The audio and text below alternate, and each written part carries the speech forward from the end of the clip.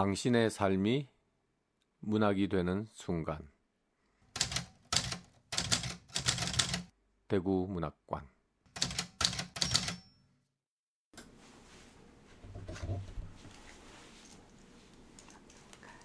예, 안녕하세요. 노태명 선생님 건 한 달 만입니다. 예, 안녕하십니까.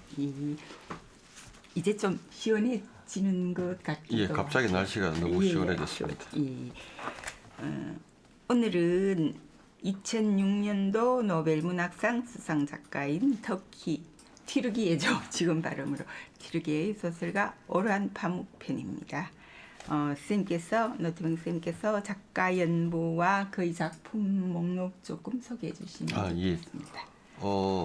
트르키예 출신으로 2006년 노벨상을 받은 노벨문학상 소설가 오르한 파묵 오늘 이야기할 건데요. 이분은 1952년 트르키예 이스탄불에서 태어났습니다. 여러 가지 책들을 많이 나왔는데 이 책들을 다 아마 소개해드릴 필요는 없을 테고 일단 1982년에 제브데트 씨와 아들들이라는 책을 가지고 일단 첫 소설을 내면서 일단 소설을 쓰기 시작했고요. 소설책들이 83년에 고요한 집, 85년에 하얀 성, 그리고 90년에 검은 책이라는 소설이 나왔고요. 그리고 제일 유명한 내 이름은 빨강이라는 소설은 1998년에 나왔습니다. 그리고 2002년에 눈이라는 소설을 냈고, 그리고 2006년에 노벨문학상을 받았습니다.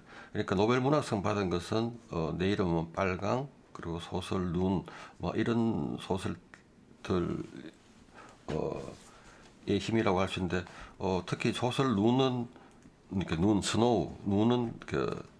본인 스스로가 처음이자 마지막인 정치 소설이다라고 이야기를 한 바 있습니다.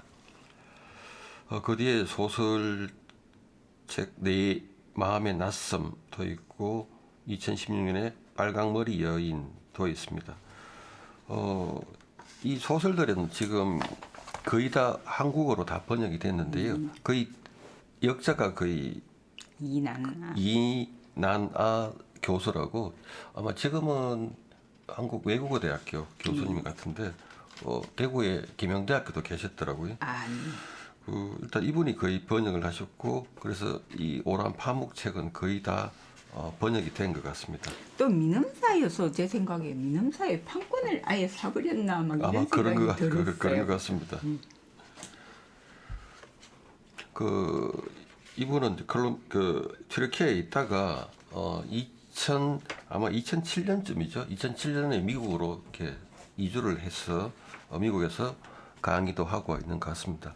근데 2007년에 미국으로 간 이유가 좀 재밌는데 2007년에 그 튀르키예에서 아르메니아 학살 이렇게 20세기 초반에 학살 문제가 있었던 것 같은데 이 언론인 중에 흐란트 딩크라는 사람이 있었는데 이 학살 문제를 이렇게 뭐 고발을 했겠죠. 그래서 이 사람이 이름이 사마스트 오군이라는 17살짜리 극우파 소년이 이렇게 촉을 쏴가지고 죽었거든요. 그런데 이 소년이 끌려가면서 다음 차례는 오란 파묵이다. 이렇게 얘기를 하면서 파묵이 생명의 위협을 느껴가지고 루시디 생각난다 그죠? 느껴가지고 아마 튀르키예를 떠나서 미국으로 이주했다. 뭐 이런 이야기들을 하고 있습니다. 보니까 이제 이분이 되게 가정 형편은 좋았던 것 같아요. 아버지도 뭐 IBM 뭐 터키 지사에도 근무했고 이스탄불 대학도 근무했고 그죠? 중산층에서 태어난 중산층이고 그런데 이제 앞에 책에서 보니까 왜 이제 부모가 이혼했던 경험 그게 지금 요즘은 이제 이력에 이렇게 연보에 나오진 않던데 부모 이혼했는 그게 이제 상처랄지 뭐 그런 게 있었고 그 다음에 뭐 최근에는 뭐 10년 연애한 여자친구와 결혼을 2002년도 언제 했더라고요. 예, 그렇죠. 12년에 했던가. 예, 그렇더라고요. 뭐 언젠가 했고요, 그죠? 그런 정도. 그리고 책 중에 재미난 책은 이렇게 먼 산의 기억이란 책인데, 책이 되게 그러니까 갑자기. 노트에 원래 화가가 되려고 하다가 이제 네. 소설가가 됐는데 이렇게 자기 그림을 그리고 이렇게 노트에 그림을 그리고 거기다가 빼곡하게 글을 썼던 인데 우리 하여튼 글 쓰는 사람들 중에 그림에 재주 있는 사람들이 가끔씩 있더라고요. 햇새도 그림하고 같이 옛날에 나오고 예. 있었어요. 그래서 그 책은 일단은 특별한 내용 읽어보면 특별한 내용은 뭐 이렇게 많지는 않은데 자기 일기들을 빼곡하게 일기 썼고 뭐 예. 아포리즘 뭐 이런 유더라고. 장정이 이쁘다고 할까 책이 예. 좀 그저 크기도 크면서 판형이 좀 다르게 해서 아마 약간 연두색과 초록의 그저 그리는 중간 색감 내가 속에도 그걸 뭐라고 하나 수채화도 아니고 선으로 그림 그리고 글씨도 그림 위에 있고 그죠 그렇게 하여튼 되게 그 책 자체가 예술품인 거 말하자면 아마 그냥 아트북 이렇게 봐야 되나 그런 책으로 그냥 나와 있죠 민원가에. 가지고 있으면 이쁜 책. 예 그런 것 같아요. 그래서 콜렉터들이나 매니아들이 살 법한 그런 책이었습니다. 그 다음에 이제 다음 순서로 한번 그래서 여기 보면 뭐 에세이집도 있고 그러고 하버드 대학에서 그저 강의했던 강의록도 이제 우리나라의 책으로 나와 있고 뭐 또 제가 구입을 하긴 했는데 다는 못 봤던 다른 색들이라고 해서 이 색이 이제 자기 왜 우리 앞전에 심보르스카도 어떤 작가의 책을 받았으면 이야기를 적었듯이 다른 색들은 그 책에 대한 거라기보다 전반적으로 뭐 카프카는 이러이러한데 어떤 문제를 같이 다루는데 보르헤스는 어떻다 이러면 카프카는 좀 직관적으로 했다면 보르헤스는 평생을 두고 집요하게 같은 문제를 어떻게 한 부분이 있다 뭐 이렇고 그런 식으로 이제 적었던 그래서 다른 색들인 제목이 붙었고 여기서 조금 제가 다른 색들에서 특이했던 거는 문학이 자기를 삶에 묶어두는 그거다 소설이 그렇게 자기의 글쓰기 중에서 소설은 나를 삶에 묶어두는 무엇이다고 그러니까 그 소설이 자기가 제일 그죠 이제 기본이라는 거죠. 기본이고 확고 부동하게 난 소설이다 이거 갖고 그리고 이제 다른 작가들의 이제 작품을 읽고 이제 그게 행복한데 뭐냐면 자기는 죽은 작가가 좋다. 왜냐면 현존하는 작가들에게는 질투를 느끼기 때문에 죽은 작가들에게는 무조건 선망만 있을 수 있다는 게 자기가 좋아하는 그래서 죽은 작가를 더 좋아한다고. 그래서 제가 되게 재미있구나 이럴 수 있겠다 뭐 그랬습니다. 그런 생각. 제가 느끼기에는 이렇게 사문들을 보면은 글쓰기에 대한 이야기들을 굉장히 많죠. 많이 하더라고요. 예. 그러니까 글쓰기가 어떻고 자기한테 글쓰기는 어떤 의미가 있고 그러니까 어떤 이념적인 부분에서 설명한 부분은 의외로 적고 이게 글쓰기라는 어떤 네. 그 행위 자체에 대해서 굉장히 조금 이따 한번 보겠지만 우리 노벨 문학상 수상 연설도 마찬가지기도 그죠. 하고 예. 글쓰기에 대해서 많은 이야기를 하더라고요. 그래서 아마 그 왜 소설도 거의 메타픽션으로 나오는 게 그런 것 같습니다. 그래서 제가 그러면은 이게 노벨상 수상 연설문 중에 제가 한번 몇 가지 좀 선생님께서 읽어보도록 하죠. 수상 연설문을 한번 봐주시고 이제 수상 이유 그 한림원에서 소위된 한림원의 수상 이유도 한번 같이 이게 말씀해 주시면.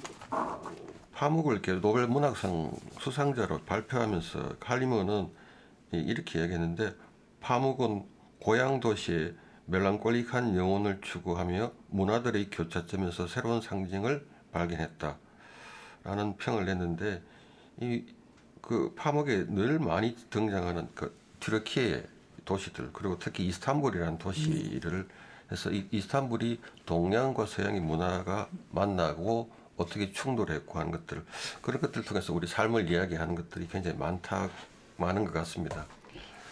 제가 그러면은 그 파묵의 수상 연설문 중에 몇 가지만 제가 한번 글쓰기에 대해서 이게 글쓰기에 대해서 많이 이야기했는데 이게 제목이 아버지의 여행 가방이라는 어떤 제목으로 이렇게 붙여져 있는데 그러니까 아버지 여행 가방을 열어보면서 어떤 이야기들을 이렇게 풀어나가는데 그 중간중간에 몇 가지만 제가 한번 읽어보도록 하겠습니다. 작가가 된다는 것은 인간의 내면에 숨겨진 제2의 존재와 그 존재를 만들어낸 세상을 인내심을 가지고 오랜 세월 동안 노력하여 발견하는 것입니다. 글쓰기라고 하면 먼저 소설, 시, 문학적 전통과 같은 것이 아니라 방 안에 틀어박혀 책상 앞에 앉아서 홀로 자신의 내면으로 침잠하여 단어들로 새로운 세상을 만드는 이가 눈앞에 떠오릅니다. 작가라는 작업의 비밀은 어디서 오는지 전혀 알 수 없는 영감이 아니라 끈기와 인내에 있습니다. 나는 터키어에 있는 바늘로 우물 파기라는 멋진 표현이 마치 작가들을 염두에 둔 게 아닐까 생각합니다.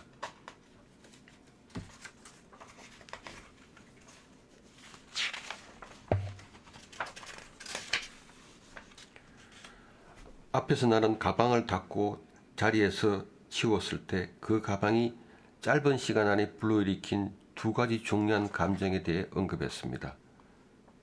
변방에 있다는 감정과 진정성에 대한 우려. 하지만 변방에 있다는 느낌과 진정성에 대한 고뇌를 책과 소설을 쓰면서 예를 들면 변방에 관한 것은 눈, 진정성에 대한 문제는 내 이름은 빨강 또는 검은색을 총체적으로 경험하게 되었습니다.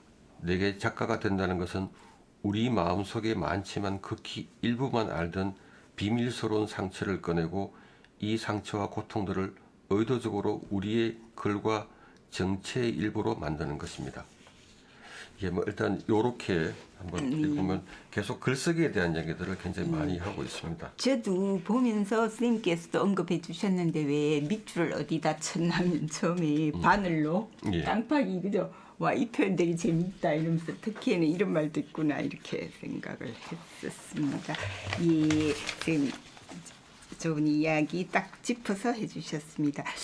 그러면 약간 선생님께서 읽은 이제 계속 선생님께 말씀을 시키는 것 같아서 제가 죄송한데 파묵 그 작품들 중에서 인상 깊은 파묵은 이런 점에서 들여다보면 되겠다 이런 점을 한번 짚어주시면 또 제가 그 다음 순서로 또 넘어가기로 하겠습니다. 근데 일단은 그 이야기 전에 일단 파묵이 동양과 이렇게 튀르키예라는 그 지리적 위치 자체가 동양과 아주 전통적으로 수천 년 전부터 이렇게 동양과 서양이 만나는 그 지점이 있어가지고 튀르키예를 동양이라고 부를 수 있을까? 아니면 서양이라고 부를 수 있을까? 이게 그 우리도 사실은 그렇지만 파묵 자신도 이게 매우 정체성에 대한 문제인데 예를 들자면은 그 튀르키예 사회를 이루는 그 종족들을 한번 제가 한번 열거를 한번 해보면은 튀르키예 사람들이 이렇게 튀르키예 족이 이제 주류를 차지하는데 그 중에 그 뒤에 쿠르드족도 있고 아르메니아, 유대인, 타타르인 그리고 터키 국적의 그리스인을 우리 룸이라고 부르더라고요. 룸. 그리고 흑해 동부 지역에 사는 라즈, 시리아 사람, 아랍 사람들, 페르시아 사람들, 보스니아 사람들, 루마니아 사람들, 아제르바이잔 사람들, 그루지아 사람들, 발칸 사람들, 체르케스 사람들, 슬라브 사람들. 그러니까 이런 매우 다양한 인종들이 사는 그런 해서 이게 기독교도 있고 이슬람도 있고 뭐 여러 종족들이 다 뒤섞여 있는 그런 접점 지역이라서 이런 갈등들이 터키의 문명을 문화를 특징 지어주고 그리고 그 속에서 갈등을 느끼는 부분들이 그러니까 20세기 초반에 어떤 그 쿠르드족이나 쪽 아르메니아 쪽에 학살도 있었기도 하고요. 맞습니다. 그래서 이 부분에 대한 고민들이 파묵의 소설의 기본 베이스를 깔고 있는 것이 아닌가라고 생각을 합니다. 저는 이렇게 정서적으로도 아마 그렇겠고 그리고 또 왜 튀르키예 근데 우리는 이제 터키에서 국호를 튀르키예로 발표를 했기 때문에 튀르키예 이렇게 발음을 하는데 특히 그 튀르키예로 바꾼 이유가 뭐 서구에서 터키로 했기 때문에 바꿨는가 봐요. 이게 그때 서구에서 터키라는 게 예. 칠면조를 얘기하니까. 그런데 서구에서는 거의 터키라고 그대로 하고 번역에도 다 터키로 나오더라고요. 민원살 뭐 이런 거에도. 그래서 터키가 익숙해가지고 그런데 튀르키예라고 하니까 튀르키예 이렇게 해야지 하면서 발음이 아직은 어색한 느낌이 나긴 합니다.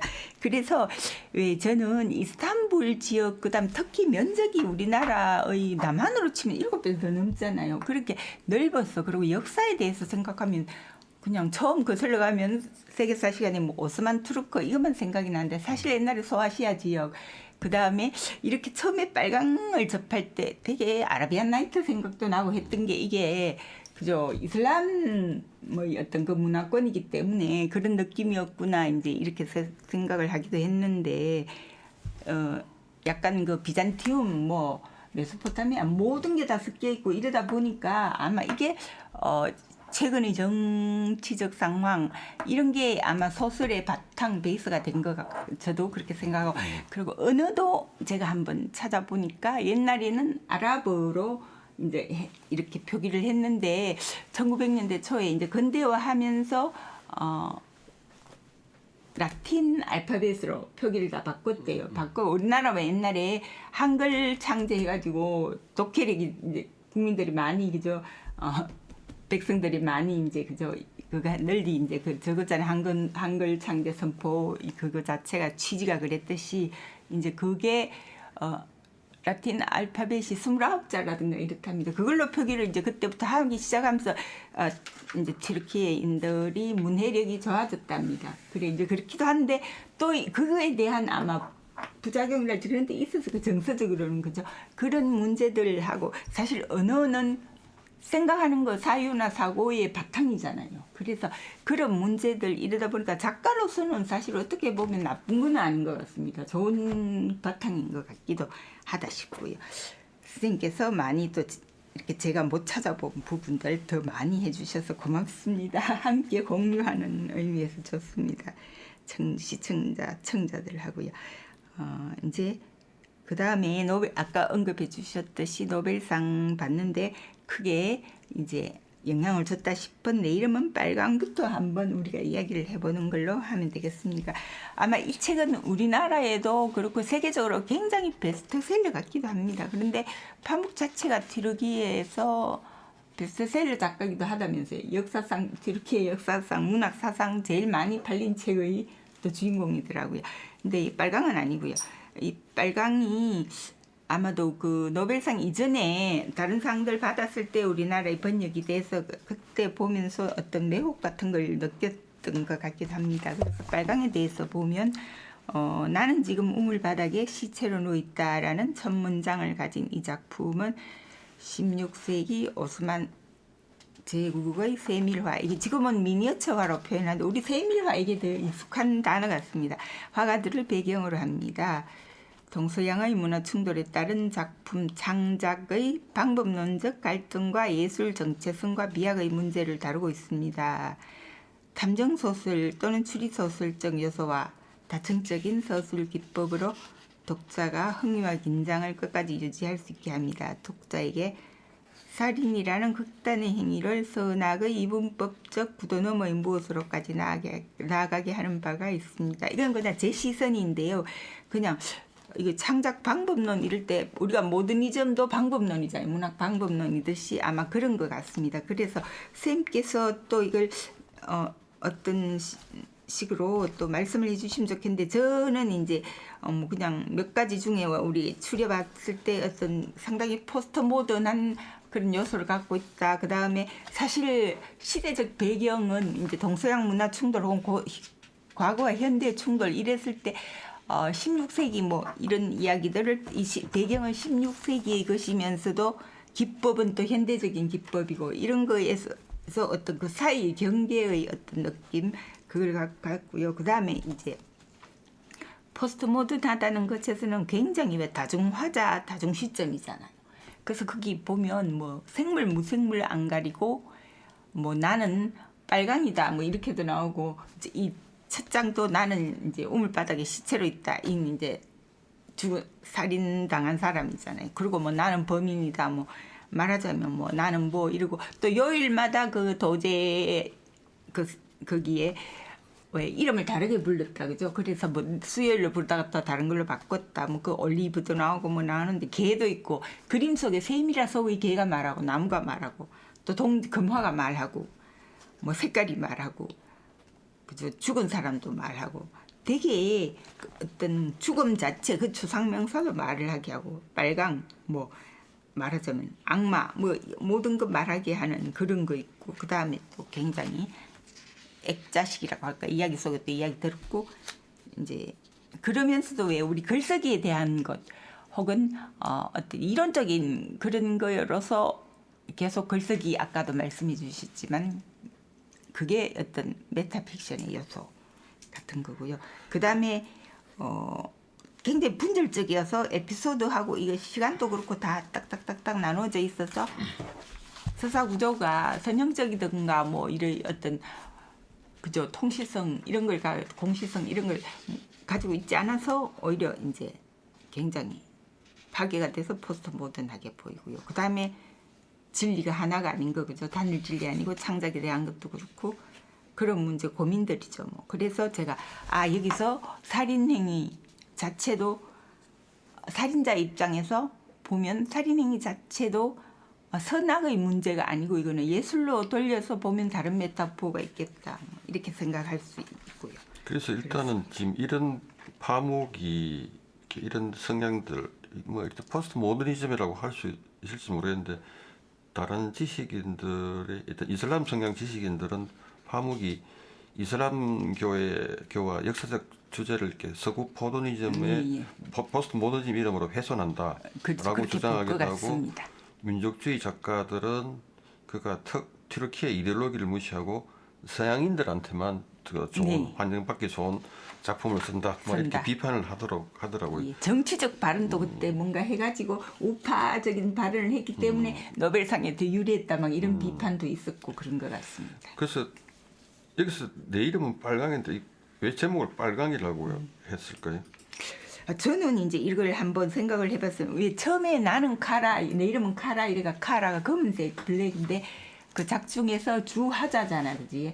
이야기를 끌고 가고 그 사람 주변으로 이렇게 이야기가 나가는데 사랑 이야기도 그렇고 살인 두 번의 살인이 있었는데 이제 나중에 결국 장인이라고 할 수 있는 분 그 사람의 뭐 주변이기도 하고 이제 이런 게 있잖아요. 그래서 아마 여기서 빨강 우리 딱 생각하면 빨강이 그냥 말하자면 마티스나 이런 그림에서 그렇지만 그냥 빨강 자체는 생명력이랄지 뭐 열정, 피 이런 걸로 되기도 하지만 또 어떤 도전이나 금기 우리 흔하게 생각할 수 있는 것이기도 하고 죽음이기도 하고 예술이기도 하고 그 다음에 뭐 어떤 권력, 뭐 혼돈, 변화 굉장히 전부 다 어떤 진실을 빨강이라도 할 수도 있나 뭐 양가적인데 스님께서는 또 어떻게 보셨는지 이게 뭐라고 하나라고 할 수도 없는 굉장히 양가적인 이상의 양가적인 그런 게 있어서 뭐라고 하나 규정할 수는 없지만 이제 빨강이라고 하면서 피에 대한 이야기는 사실 나왔다 그죠? 그 소설에서 그런 식으로 해서 저는 또 이게 복합적으로 빨강이라고 썼겠다 이렇게 했는데 세미라 속에도 빨강이 많이 들어 있으니까 약간 의가도 생각났거든요. 왜 그 이슬람 저쪽에 권이고 이쪽 그 술탄의 생활 세미라고 있고요. 전 잘 갑자기 생각이 나는데 이슬람 전통에 빨간 색깔이 전통이 있나요? 중국 같은 경우에는 빨강은 매우 좋은 색이라고 그리고 복이 좋은 것 이슬람 전통에도 그런 게 있었던가요? 여기 보면 여기도 빨강색이 좀 나오긴 나오지 않습니까? 그리고 여기 보면 제가 이걸 보면서 느꼈던 게 이게 미니어처화를 이 시대 걸 오스만 제국의 미니어처화를 찾아보니까요. 그게 나와서 우리 외에 고분벽화 보구려 장군총하고 나온 무용총인가 장군총 우리 교과서에서 옛날에 배웠던 거 어릴 때 그림하고 자세가 너무 닮은 거예요. 그래서 그거를 계보를 한번 이렇게 따라가서 봤어요. 보니까 연결이 다 돼 있더라고요. 그쪽에서 오고 중국으로 오고 그리고 중국에도 그런 그림이 우리나라 그게 많고 그런데 여기 이제 신하들 모습이나 이 자세나 너무 똑같아요. 근데 왜 약간 뭐 그 이분이 오란파묵이 이 소설을 쓰기 전에 그 자기가 써놓은 거 보니까 그 이제 물론 작가로서의 명성이 있어서 그만한 그게 됐겠지만 그 전통 박물관 가서 다 이게 수장고 같은 거 뒤져가지고 세밀을 다 꺼내가 다 살폈다고 하더라고요. 그러니까 이제 그게 바탕이 되는데 빨강색이 부분 들어가긴 해도 빨강이 어떤 정말로 빨간색이기도 하지만 굉장히 왜 고운 색채 진하고 원색을 사용하는 그 느낌이기도 한 것 같아요. 빨강이. 그리고 또 모호하지 뭐라고 딱 집어 말할 수 없는 그것인 것 같아요. 그 재밌는 게 여기 내 이름은 빨강 이 소설책에 보면은 이게 뭐 아까 말씀하셨듯이 등장인물이 뭐 동물, 무생물 네네. 모두가 이렇게 등장하면서 자기 자신의 이야기를 하는데 그 중에 저는 이렇게 19장에 보면 나는 금화올시다. 그죠. 저도 그랬어요. 그러니까 요거 제가 구절을 제가 읽어보도록 하겠습니다. 그러니까 금화가 지금 하는 이야기입니다. 금으로 만든 동전이 이제 이야기를 합니다. 지난 7년 동안 저는 이스탄불에서 560명의 손을 거쳤습지요. 여염집, 상점, 시장, 이슬람 사원, 교회, 유대교 예배당 등등 안 가본 곳이 없답니다. 저는 거리와 거리, 마을과 마을, 이스탄불 곳곳을 다 보았답니다. 유대인들을 비롯해서 아브하즈인, 페르시아인, 메그렐인 등등 온갖 종족의 손을 보았지요.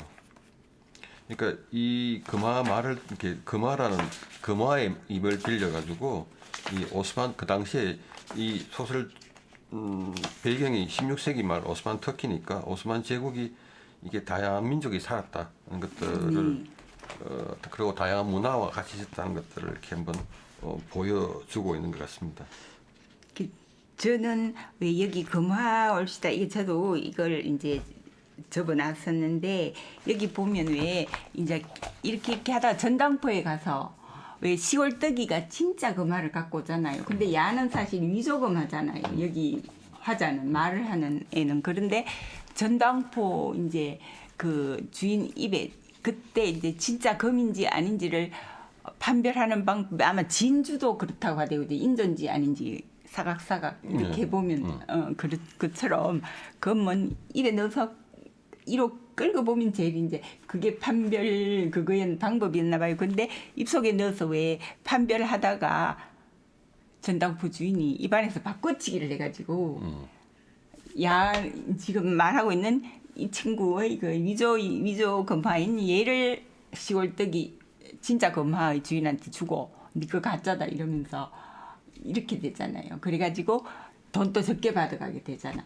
그러는 그 부분이 되게 재미있었어요. 거기가 거기 여기에 오만 가지 게 다 들었다는 생각이 들어가지고 그 입속에서 나온다는 거 이게 언어를 상징할 수도 있고 그 뭐 예술이나 어떤 가치 있잖아요. 그런 게 해석이 어떤 진리 진실이 하나 있는 거 아니고 금화다 뭐 가짜다 진짜다 이게 뒤바뀔 수도 있고 사실 진짜라는 게 존재하는지도 모르겠고 그래서 어떤 권력이나 뭐 어떤 그런 관계에 의해서 바뀌는 거 처음으로는 사실은 굉장히 이게 언어 말 이런 거 입속에서 나온다는 게 주목했지만 약간 더 생각을 해보니까 이거 정체성의 문제 정체성 자체도 그죠 어떤 권력이나 어떤 이게 굉장히 허약하다. 바로 바뀔 수 있는 것이다.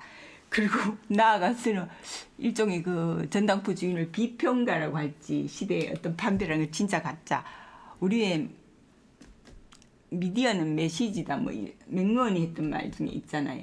그러니까 이게 어떤 식의 그거를 평을 받고 어떤 식으로 포장이 되느냐에 따라서 권력이 뒤바뀐단 말입니다. 권력관계가. 그런 생각까지 들더라고요. 그래서 굉장히 이거 재미있었어요. 그래서 아마 다양하게 해석할 수가 있겠다 이랬는데 선생님께서 그 재미있게 읽으셨다는 것 되게 공감합니다.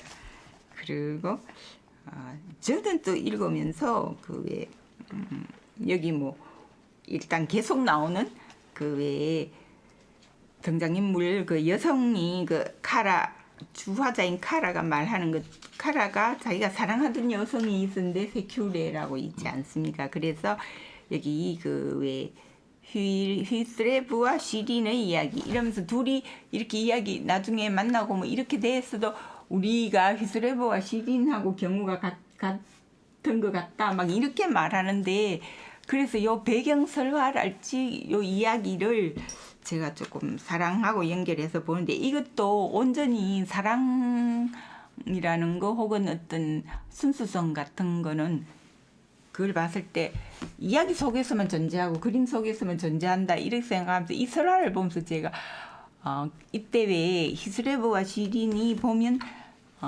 그 아마 이 페르시아 시인이 썼는 어떤 서사시에 나오는 6세기경의 이야기라고 되는데 12세기 서사 시인이 썼는데 그 그림을 보고 이제 그 히스레브가 시린의 그림을 보고 그 아름다운 여성이니까 사랑에 빠져가 이제 그리고 시린도 히스레브의 그림을 보고 이렇게 갖고 이제 나중에 둘이 만나서 결혼하게 되고 그렇게 되는데 이제 또 히스레브 아버지 죽고 이제 히스레브가 그 자기가 왕이 됐는데 시린이 오고는 또 시린한테 그렇게 잘한 건 또 아니면서 굉장히 이제 성격이 폭군이랄지 그렇게 되고 이제 조금 그리 됐다가 결국 자기도 아들한테 살해되는 거죠. 살해되고 그 다음에 이제 아들이 또 시린 보고 결혼한 자기 이게 이때는 뭐 여성이 많으니까 엄마기는 하지만 친엄마는 아니겠죠. 그래 결혼하자니까 여기 이야기 속에서는 시린이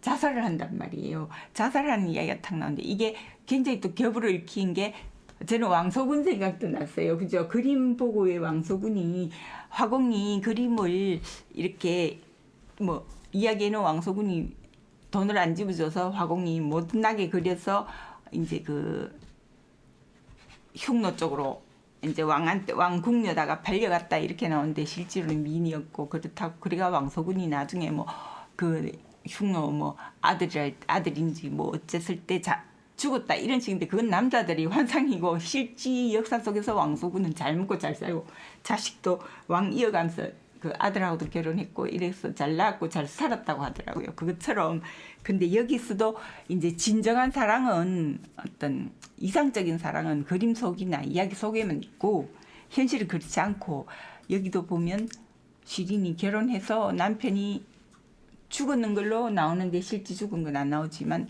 전사했다고 생각을 하고 이제 그 시동생이 또 되게 결혼하고 싶어 했는데 그거는 직선적인 사람. 그래서 나중에 이제 카라가 다시 12년 만에 와서 시린하고 결혼하고 그 전 남편의 애 둘이 근데 이제 오르한 파묵이 되게 재밌는 게 오르한이란 이름을 소설 곳곳에 자기 이름을 넣어놔요. 여기도 내 이름이 빨강에도 그 시린이 아니고 세큐레 카라의 부인이 됐던 그 세큐레 아들 중에 하나가 오르한. 또 검은색에도 눈에도 오르한.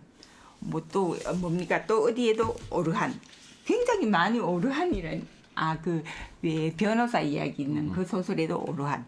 너무 웃겨요. 그래서 이 작가가 몹시 자의식이 강하구나 이런 생각도 하면서 12라는 숫자도 12년 만에 카라가 이스탄불로 다시 오고 빨강했어요.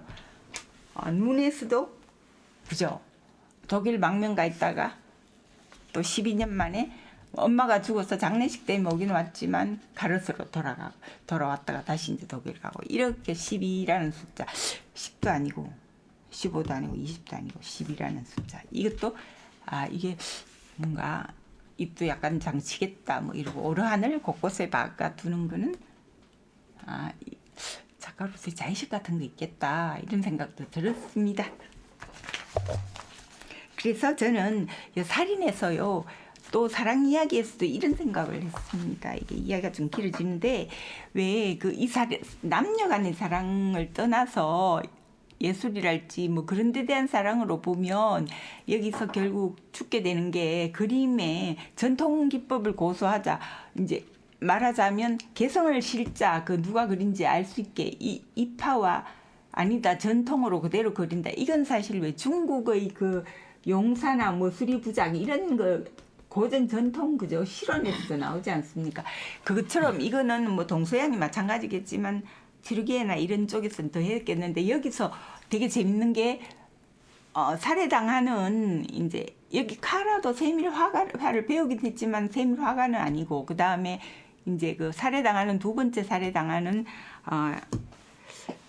그 뭐라고 하는 아이든 세큐리의 아버지도 화가 나는데 그 이제 노인인데 그 사람 주장이 왜 어떤 현대적인 거 받아들여야 된다고 하고 살인을 하는 그 세미라 한 사람 올리브지요, 그죠? 거기도 그는 전통을 지키고 싶어. 그때 우리가 생각하면 뭐 젊은 사람이 새로운 걸 받아들이고 싶어 하는데 이게 싹 바뀌어 있는 거예요. 예술에 대한 그게 또 이걸 사랑으로 치면 이것도 되게 사랑으로 볼 수 있겠다. 그죠? 이런 식으로 돼서 재미있었어요. 그래서 살인이라는 행위를 통해서 나타나지만 자기 걸 지키고자 하는 거 그게 이거 살인을 다른 메타포로 읽으면 또 다르게 보인다는 그런 느낌이었습니다. 근데 시청자분께서 직접 보셔야 이제 이렇게 이렇게 아실 것 같고 많이 다 읽으셨을 것 같아. 이 책을 굉장히 민흥사에도 많이 찍었더라고요, 그죠? 그리고 이제 여기서 선생님께서 어떻게 그 다음에 유머 같은 거 있었지 않습니까? 네, 있었죠. 예. 되게 그 표현하는 말들이 재미있었지요.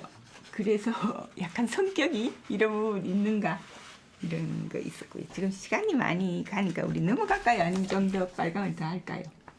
어떻게 하면 눈으로 넘어갈까요? 아니면 눈몸 이야기를 하는 게 좋겠습니까? 예, 일단 눈으로 넘어가는 게 네. 그 다음에 이제 우리가 다뤄볼 게 눈이라는 소설인데 이 소설이 파묵이 스스로 이제 자기가 처음이자 마지막으로 쓴 정치 소설이다 이렇게 말했습니다, 그죠? 그래서 이제 여기도 보면 눈이 굉장히 겹청으로 나오는데 어떤 원제가 이제 카르 이게 이제 스노우 이게 지르기의 표기로 눈이고 그리고 주인공 이름 또 카로 나오는데 K로 전부 다 나온다. 근데 왜 K는 카프카도 K를 많이 썼죠. 성에도 K고. 근데 카가 이거 주인공 카는 사실 자기 이름이 마음에 안 들어가 긴 이름 그죠. 그래서 바꾸가 이제 카로 고집하면서 카가 됐고 또 이제 카르스 지역이고 그리고 이제 여기 주인공이 카가 자기가 내고 싶어한 결국 그러니까 존재하지 않는 시집이 됐던 그 시집도 시집 제목도 눈으로 붙이고 싶어 했고 그게 눈에 이제 이거를 굉장히 어떤 방점을 찍을 수 있는 눈이 겹청으로 눈의 의미가 눈의 메타포가 그런 것 같습니다. 이게 배경은 이제 90년대 이 2002년도 작품인데요. 배경이 90년대 튀르키예 동북부 국경도시인 카르스 지역. 여기도 이제 경계 지역이 나옵니다. 그죠? 상징적으로도 그런 것 같습니다. 그래서 그러니까 사실 이게 발음에서 공통으로 들어가는 이게 일단 삼중 모티브 키워드기도 하고요. 그런 것 같습니다. 음성적으로도 그렇고 또 유사성도 그렇고 상징적 장치 뭐 이렇고 사실 여기가 파묵이 방문해 본 도시이기도 하고 눈이 많이 오는 곳이라고 하더라고. 이스탄불은 눈이 뭐 되게 막 푹푹 오는 건 아닌 것 같은데 그래서 이게 3일간의 이야기 그리고 이제 오르한이 여기서 지인인 오르간이 죽고 난 뒤에 카의 행적을 따라가면서 재구성한 이야기여서 이제 뭐라고 하나 진실성이랄지 어떤 사건을 정말 사건의 정확성 진실성 이게 의심을 받게 되는 거죠. 우리 독자도 그렇고요. 그러는 뭐가 다 그렇잖아요. 그죠? 기사 자체도 그렇고요.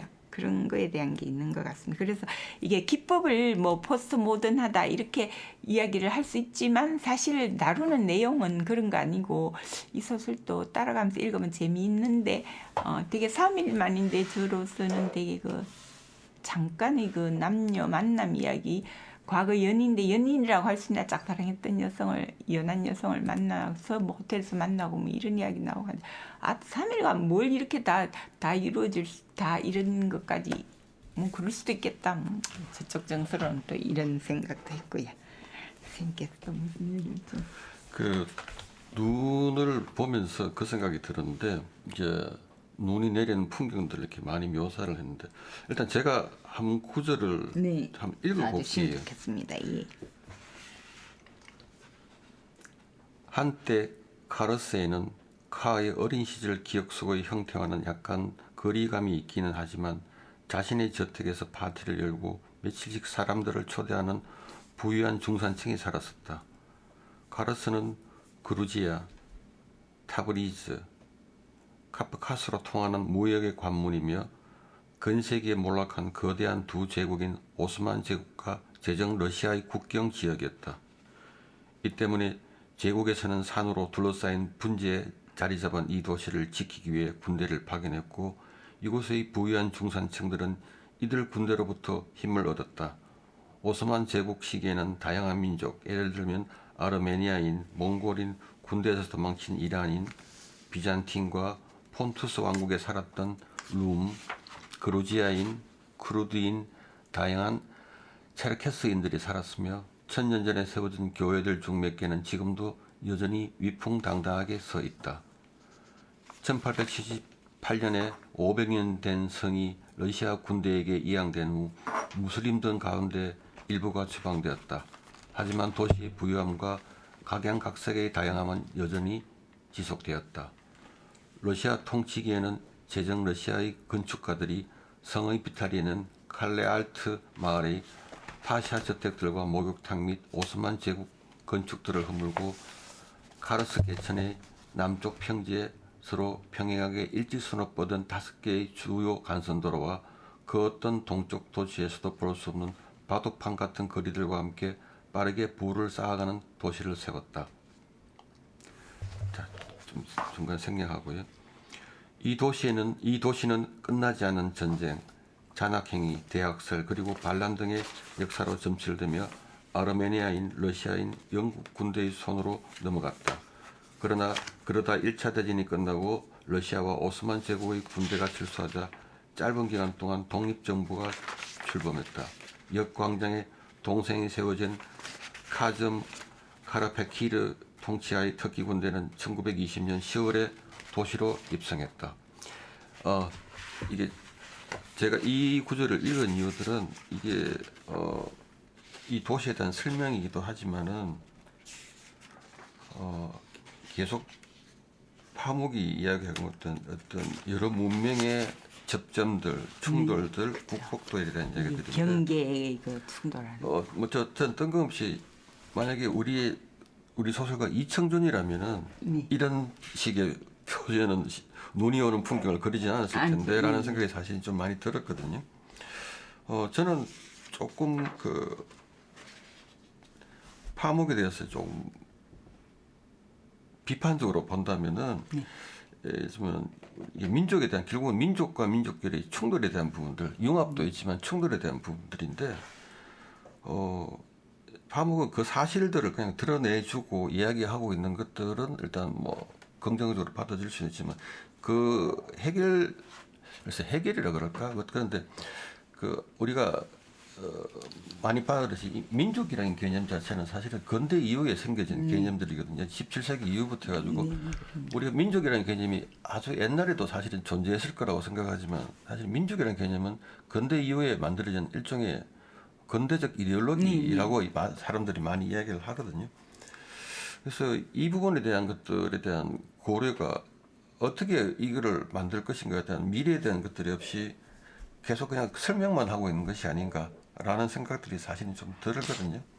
그쪽으로 파고드는 사람은 아닌 것 같습니다. 그리고 예. 자기가 약간의 그 변명이랄지 그 산문에 보니까 자기 가정이 이제 이스탄불에서 굉장히 서구적이었던 그런 거에서 살았대요. 이제 아버지 직업도 그랬을 것이고 뭐 삼촌들도 뭐 그렇고 그래서 아마 그렇고 약간 말하자면 그 관심사가 그 이래 다른 쪽이고 이 사람이 이제 그래서 이쪽을 그냥 드러내 보이는 걸로서 방법론이요. 그렇고 그러한데 이제 특징이라면 왜 파묵의 소설에는 도시 자체가 일종의 주인공을 한 사람 같아요. 이스탄불이 그죠? 이스탄불이든 카르스든 그래서 이제 그런데 저는 또 눈을 보면서 첫 부분에 왜 버스 타고 이제 카르스로 들어가는 부분이 나오지 않습니까? 그렇게 했을 때 그게 뭐냐면 눈인데 동양하고 동양 사람하고 저쪽 사람 그러니까 아까 말씀 선생님께서 해주셨는데 동양인 서양인 이 정체성은 그죠 그 혼란 이랬을 때 정서가 완전히 동양 쪽이도 아닌데 왜 그 가와바다야 스다리의 그 설국 있지 않습니까?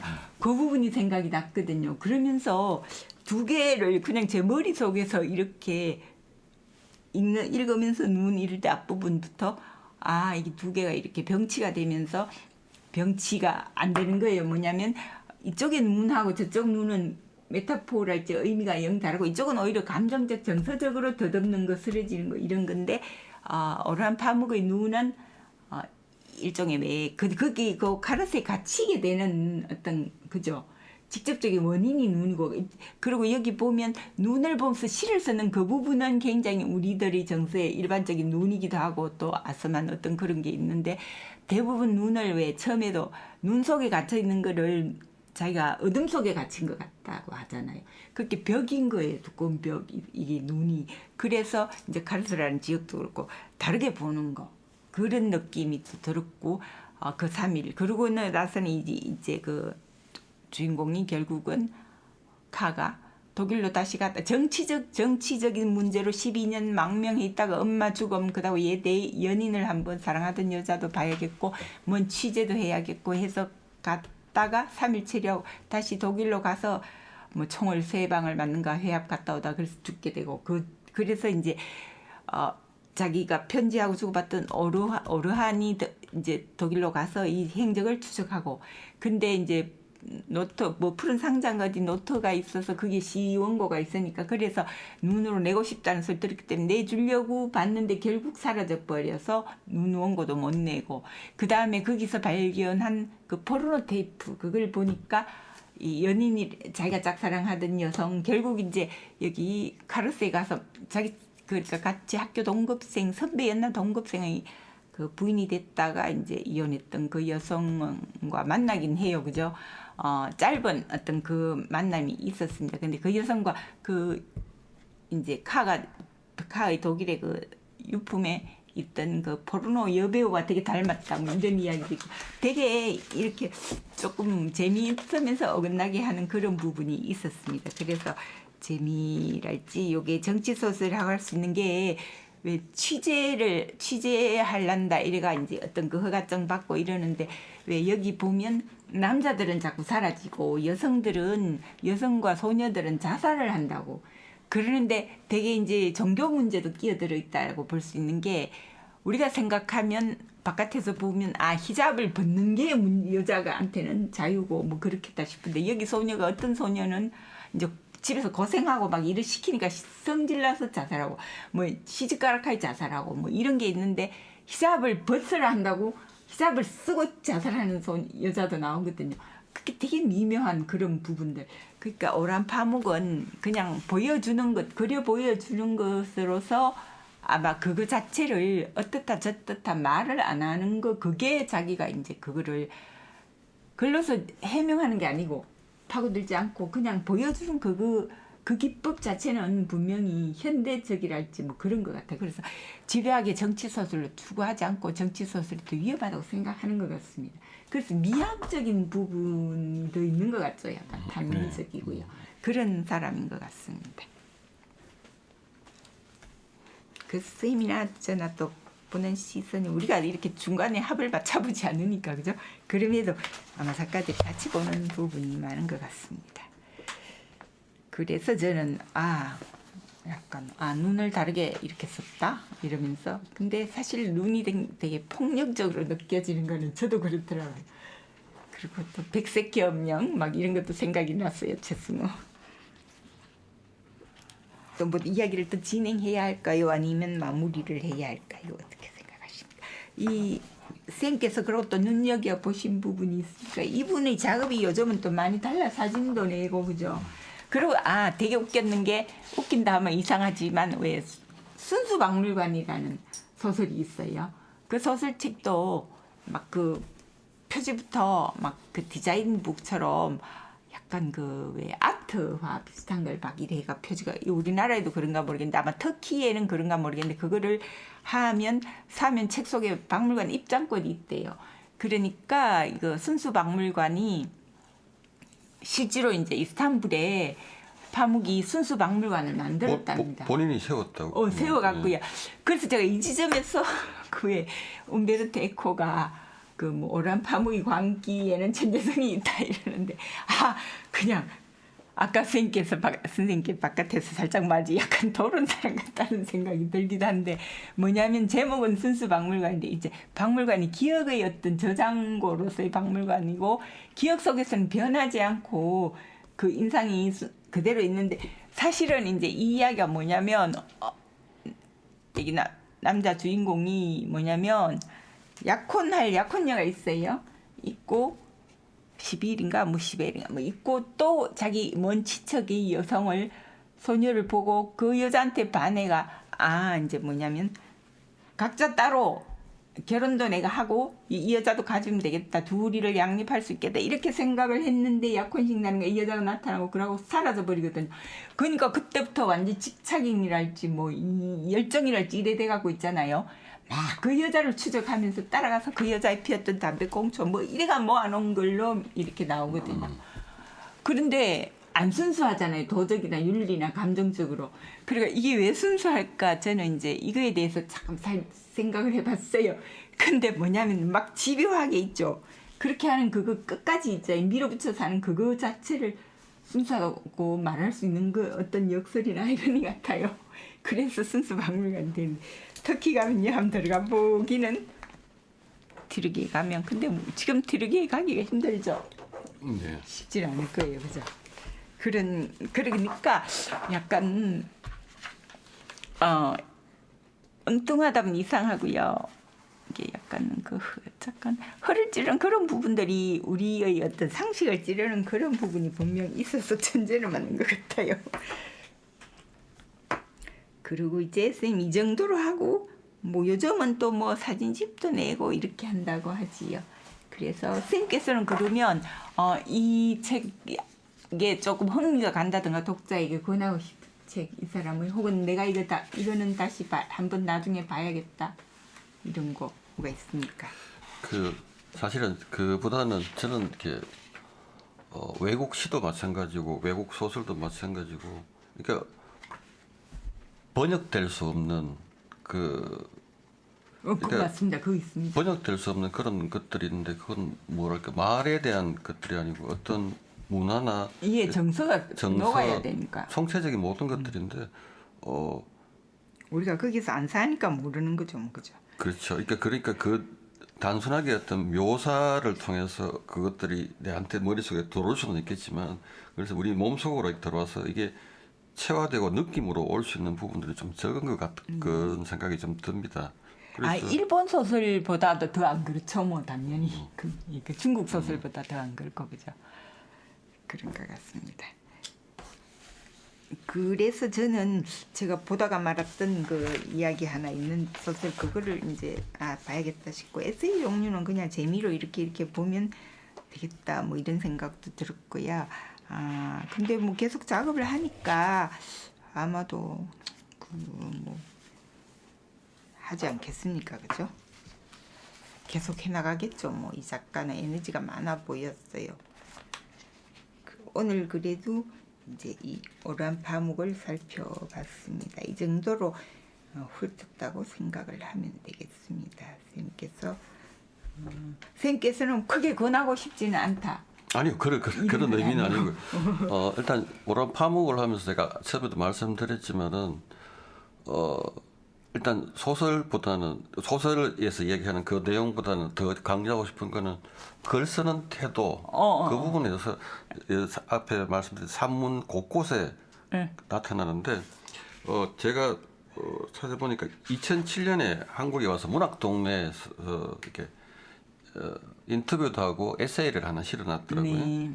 그래서 작가의 일생이란 그 문학동네 아마 2007년 문학동네지 싶은데 문학동네 잡지 이렇게 이야기를 합니다. 하루에 몇 장을 쓸까? 나는 20년 동안 글을 써왔다. 그동안 내가 쓴 글의 장수를 나누고 곱해보았다. 내 계산에 의하면 1년에 거의 300일 정도 글을 쓰고 170에서 180장을 쓴다.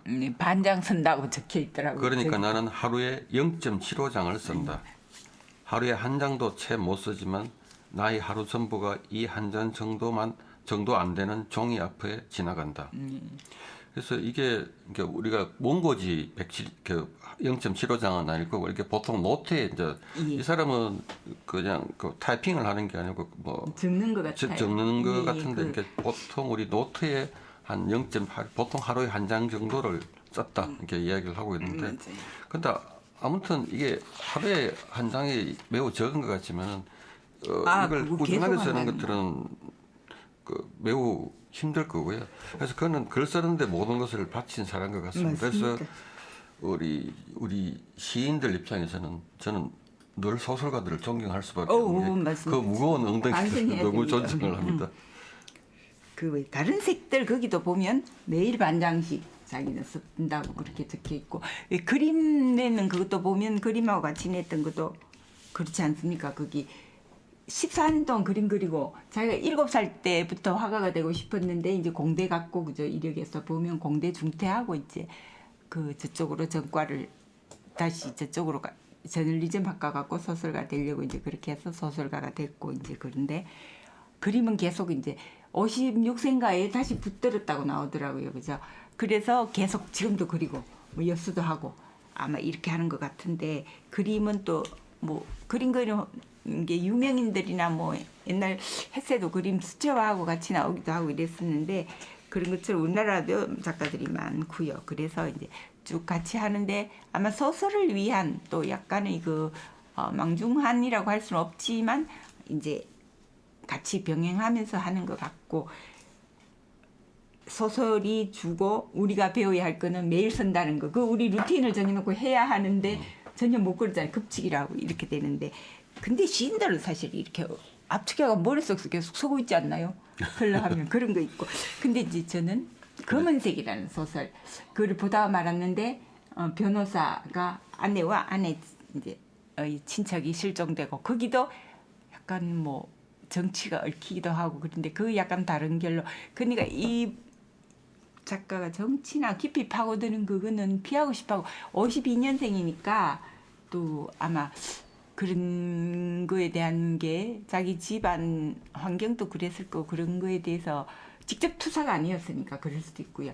그래서 관심이 근데 우리가 팍 다가가기 이런 거는 아닌 것 같은데 그냥 재미로라가 아니고 재밌게 읽히는데 끝없이 이제 약간 이렇게 벌려놓으니까 약간 낯설게 하기랄지 성격 효과가 생겨서 몰입해서 쫙 빠지는 건 또 아닌 것 같습니다. 오늘 우리 유인서 시인께서 오늘 이야기를 많이 해주셨는데 일단 마무리를 좀 해주시죠. 네, 길게 했습니다. 또 그렇게 했고 다음 이제 오란 파묵을 이 정도로 우리 선생님이나 저나 이렇게 봤는데 사실 선생님께서 꼼꼼하게 못 봤다 하셔서 제가 좀 이야기하기로 이렇게 했지만 선생님께서 더 잘 봐주셨습니다. 저는 그냥 헛소리만 했고요. 이제 오늘은 오란 파묵 이렇게 마치고 예, 다음 시간 마지막 류진 오닐로서 또 10월의 마지막입니다. 좀 만나면 되겠습니다. 감기 조심하십시오. 추워져서. 예, 감사합니다. 예, 감사합니다.